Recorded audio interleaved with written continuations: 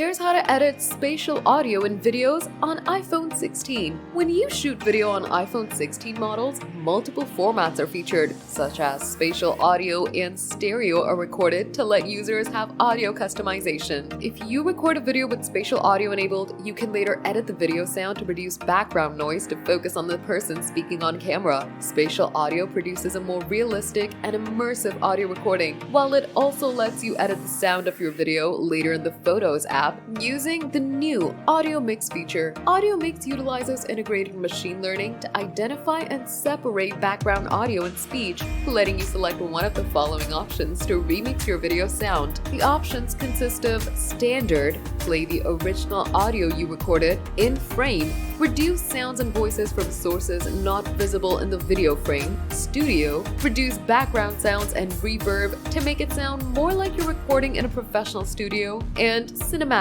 put all the voices onto a front-facing track and leave environmental noises in the surroundings, like the audio in movies. Now, GadInsider has compiled steps to show you how to edit the audio of a video captured on iPhone 16. First, launch the Photos app on your iPhone. Open a video, then tap the Edit icon. It looks like 3 sliders. Tap Audio Mix, then choose one of the following: Standard, In-Frame, Studio, or Cinematic. Drag the slider below the mix options to increase or decrease the effect and background noise levels. Now tap Done to finish. On iPhone 16 series, when you record video with spatial audio or stereo, wind noise is automatically reduced while recording. You can disable the setting by going to Settings, then going to Camera and clicking on Record Sound, then turning off wind noise reduction.